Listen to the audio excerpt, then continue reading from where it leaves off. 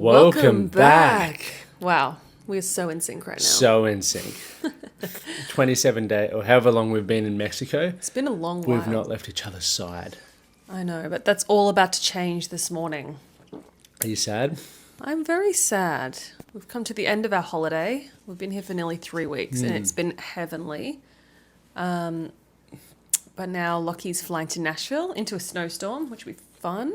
Yeah, America it's having polar opposite experiences at the moment. It's in all sorts. LA is obviously having those tragic fires, which is it mind blowing. I was messaging, so we went to Malibu this year or last year. Last year. We went all along that road, and I actually did a podcast there. And so to see that place is completely burnt down now is mind blowing. Yeah, I've seen a friend of ours in the industry, his house and studio burnt to the ground. Some Shepherd songs written there, so it's pretty sad. Yeah, it's pretty scary, but we'll keep an eye out on how we can help, even if it is just buying someone a hotel room for a night. Yeah. It's going to be interesting to see how it recovers from that. That's what I'm interested to see. So fingers crossed it all comes together.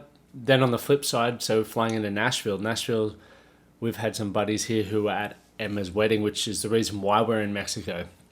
They were saying, there's meant to be ice storms and ice warnings in Nashville and in Dallas, where I'm flying to first. And I was like, really?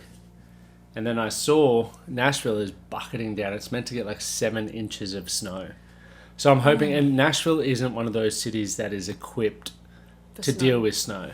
Which is weird because this is the second year. Last year it bucketed down too. So I'm sure it's not the first, they the always second have time to, it's history. They right? have to bring in plows from other cities and states to... Mr. Plow. That's my name. Simpsons reference. Yep.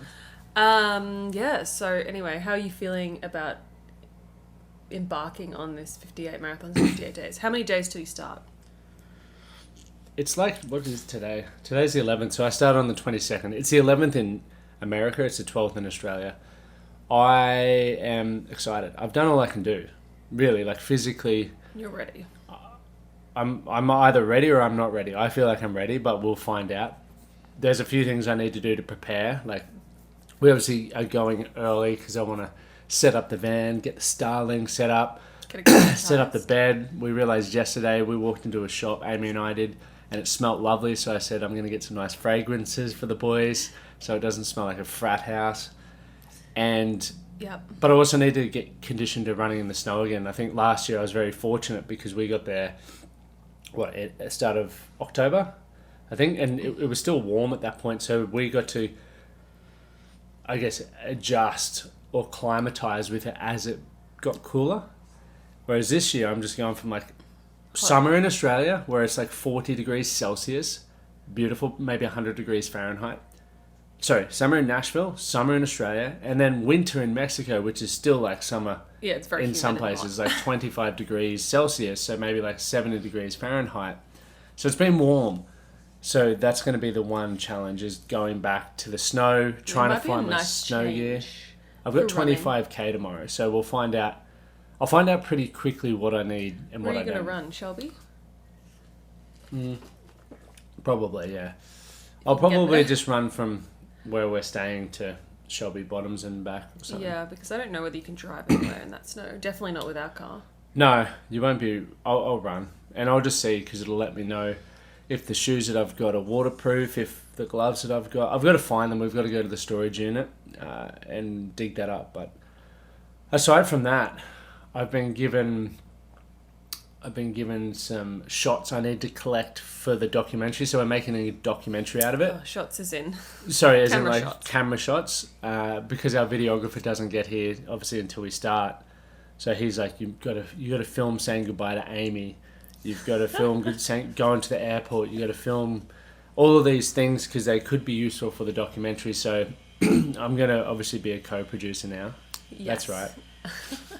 No. They're going to get the big tears. How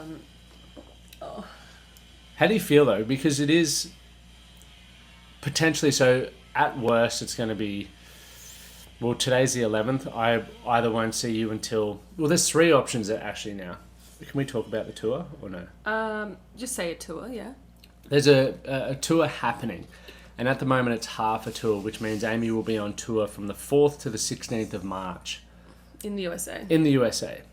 And I finish in Australia on the 20th of March. So if they're doing that half the tour, in an ideal world, Amy will come over a week before and we'll catch up, which means it'll be 6 weeks until we see each other. Still a long time. Still a long time, but 6 weeks is a lot easier to get my head around than the alternative. The second option is Amy doesn't do the tour and I won't see you until Brisbane on March 20 or maybe March 19, which is essentially 70 days, which is 8 weeks. Okay? And the third option, which I don't know whether Amy's even aware, is if you get the full tour, you probably won't see me for 2 weeks after. Oh my goodness. When I finish. And by then we'll probably just meet you in Europe for that tour. That's crazy. So this could be wild. And I think the hardest thing that people don't realise why it's going to be the hardest thing is the fact that we're still going through the IVF process. Yeah. So And not being it's kind there. of impossible to have a baby when your partner's not there. So we Yeah, really yeah. didn't time this very well. Well, it's It's just not that, it's just that,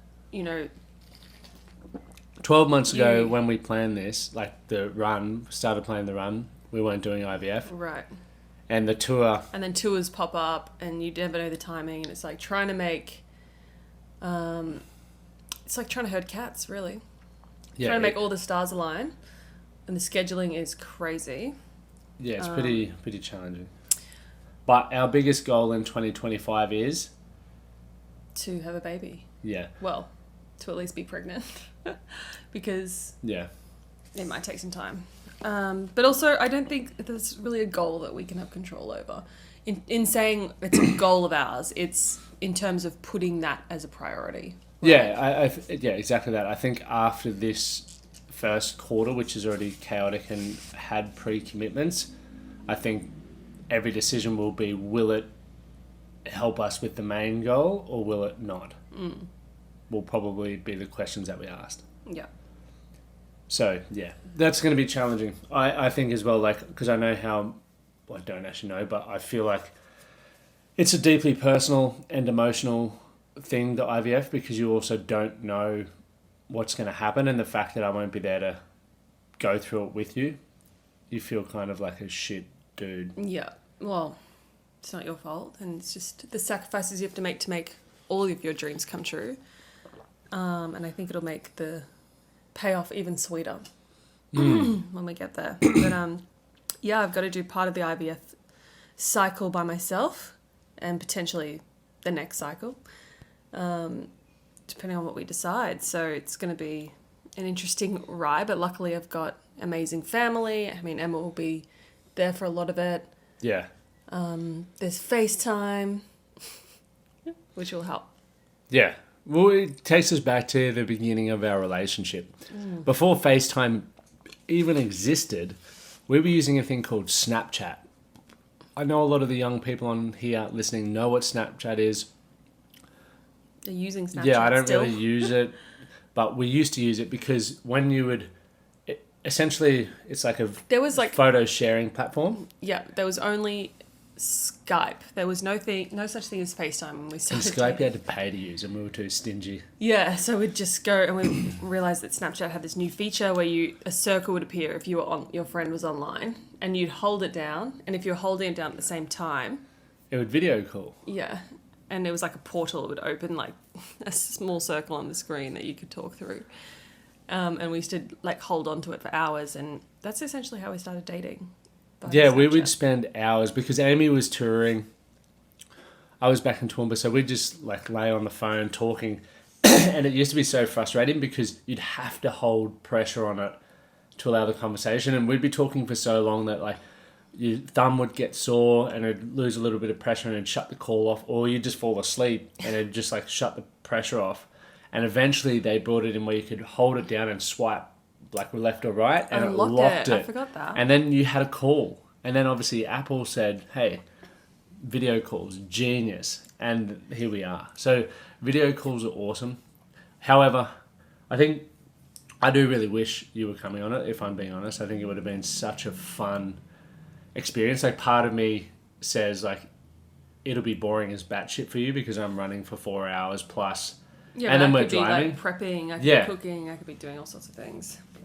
Yeah, but I think at the same time, it'll still be like seeing the country in the way so many people never get to see it. Yeah, and I think it's a great boys trip. I think it's so rare that you get to do those boys/girls trips, and I think it's one that you're going to remember forever, and it's never happening again, so enjoy it.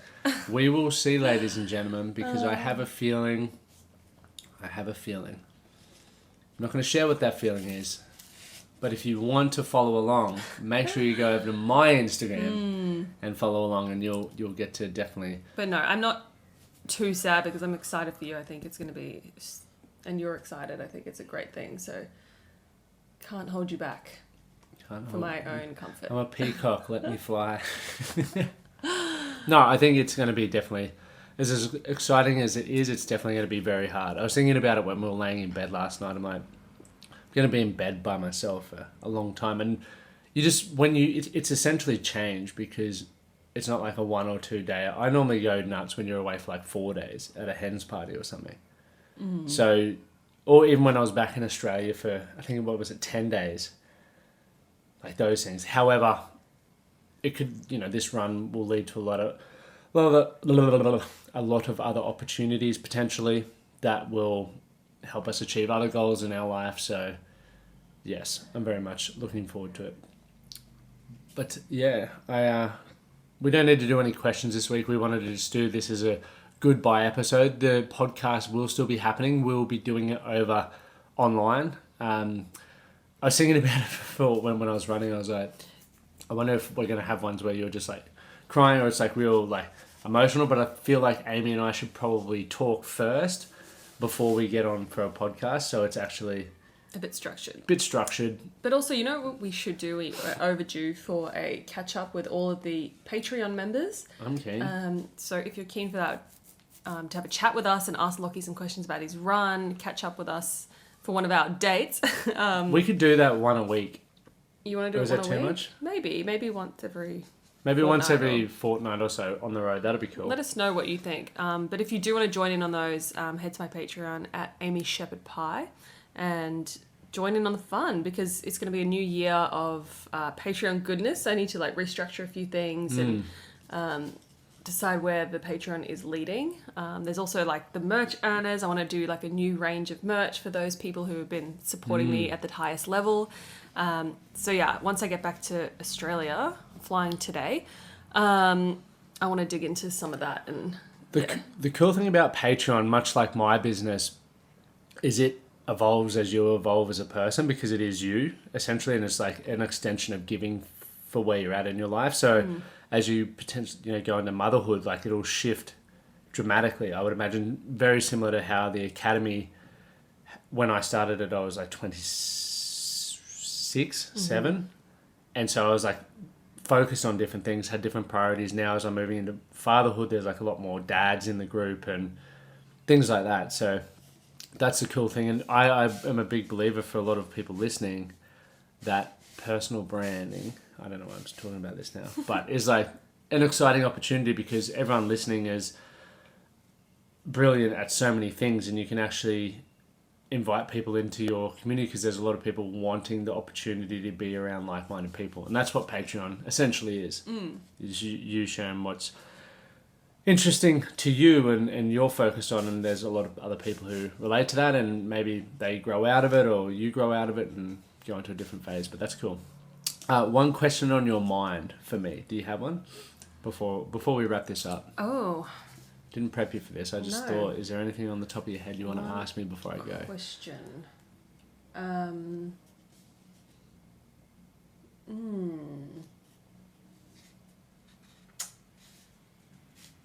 was going to say, are you nervous? But I probably already know the answer. The answer is yes, but you won't show it. I'm definitely nervous, but I'm also like, whatever happens, I'll be able to deal with. Yeah. I'll find a way to deal with it.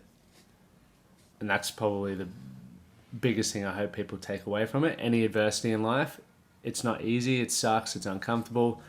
And what happens... But the only solution is to find a solution. I think a popular question people have been asking me is, what happens if... I don't want to talk it into existence, but if there is a logistical snowstorm or something like that, are you going to... do you divert the run, keep going? Like just... It might be 60 days, or do you... No. Start again? So we can't... We've got tens of thousands of dollars worth of flights booked, leaving from San Diego on the 12th of January, March. So whatever happens has to... I'm going to run a marathon every day regardless, even if it means I run, say for example, Colorado gets stuck in a snowstorm, I'll run as many marathons as I need to in Colorado, but then I'll have to make up the others, so I'll be doing like back-to-back marathons. And we're going to make that up as we get to New York, because the drives are about 2 hours as opposed to the Midwest and stuff where it's 5-6 hours. Okay, yeah. So ideally that doesn't happen, but I'm also prepared to do that. Good. Which will be fun. I think in a weird way I'm hoping for it, because I was saying this to Amy, I'm not worried about doing 58 marathons. That to me doesn't feel scary. I'm not worried about it either. I would feel more intimidated if I was doing 58 kilometers in 58 days, because I've trained to do the marathons. I've run plenty of marathons. So yeah, I part of me is hopefully something like that does happen. So I've really got to test myself and challenge what I think is possible. So we'll see. We'll see. We will see. Well, ladies and gentlemen, this is the last time I'm going to see my wife on air for a while. Get used to that screen there, Lachie. Yeah, get used to that. Yeah. And we appreciate you guys supporting. The next time you see us, I'll be in probably Nashville or Seattle. Amy will be back in Brisbane. But it's going to be a hell of a yarn. And we'll be back to... What a way to kick off 2025. I know. What an absolute way. All right, ladies everybody. and gentlemen. Hooroo.